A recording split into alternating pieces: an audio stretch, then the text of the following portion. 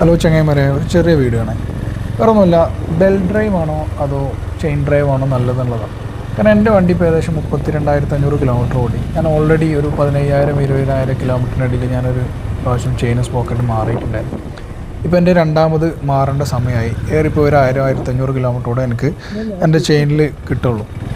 അപ്പോൾ ഞാനിങ്ങനെ ആലോചിക്കുന്നുണ്ടായിരുന്നു, എന്തുകൊണ്ട് ഈ മോട്ടോർ സൈക്കിൾ കമ്പനികൾക്കൊക്കെ ചെയിൻ ഡ്രൈവിന് പകരം ബെൽറ്റ് ഡ്രൈവ് ആക്കിക്കൂടാ എന്നുള്ളത്. കാരണം നമ്മൾ ചെയിൻ ഡ്രൈവും ബെൽറ്റ് ഡ്രൈവും കമ്പയർ ചെയ്യുന്ന സമയത്ത് എനിക്ക് പേഴ്സണലി തോന്നിയത് ബെൽറ്റ് ഡ്രൈവാണ് കുറച്ചുകൂടി നല്ലതെന്നുള്ള.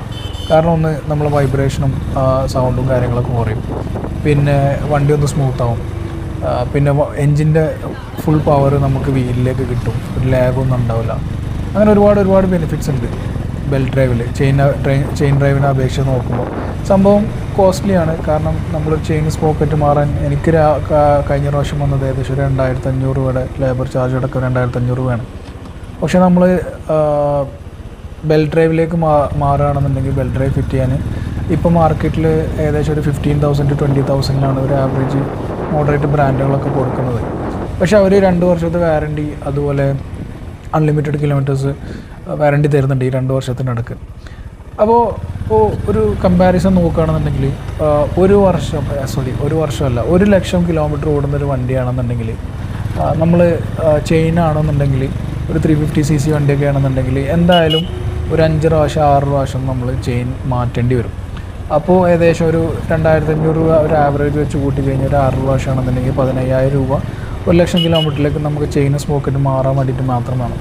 പിന്നെ അതിൻ്റെ എന്താ പറയുക, ലൂബ്രിക്കേഷൻ, അതുപോലെ അതിൻ്റെ മെയിൻ്റനൻസ് കാര്യങ്ങൾ, ക്ലീനിങ് ഒക്കെ പോയിട്ട് നമുക്ക് അങ്ങനെയും വേറെ കുറേ സമയവും കാശും പോകും.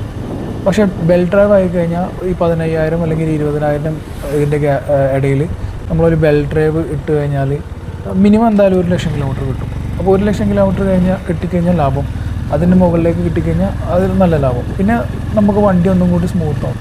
അപ്പോൾ എന്തുകൊണ്ട് കമ്പനികൾ ഇത് ഇറക്കുന്നില്ല എന്നുള്ളൊരു ചോദ്യമുണ്ട്. അപ്പോൾ നിങ്ങൾക്ക് ആർക്കെങ്കിലും അറിയുന്നുണ്ടെങ്കിൽ ഒന്ന് കമൻറ്റ് ചെയ്യണം. പിന്നെ അതുപോലെ ഞാൻ പറഞ്ഞില്ലേ, ഞാൻ ചെയിൻ സ്പോക്കറ്റ് മാറാൻ നിൽക്കുന്നതാണ്. അപ്പോൾ എനിക്ക് ഉള്ള വലിയൊരു ഡൗട്ട് എന്താണെന്ന് വെച്ച് കഴിഞ്ഞാൽ, ഇപ്പോൾ നമ്മളുടെ വണ്ടിയൊക്കെ ചെയിൻ ഡ്രൈവാണ്.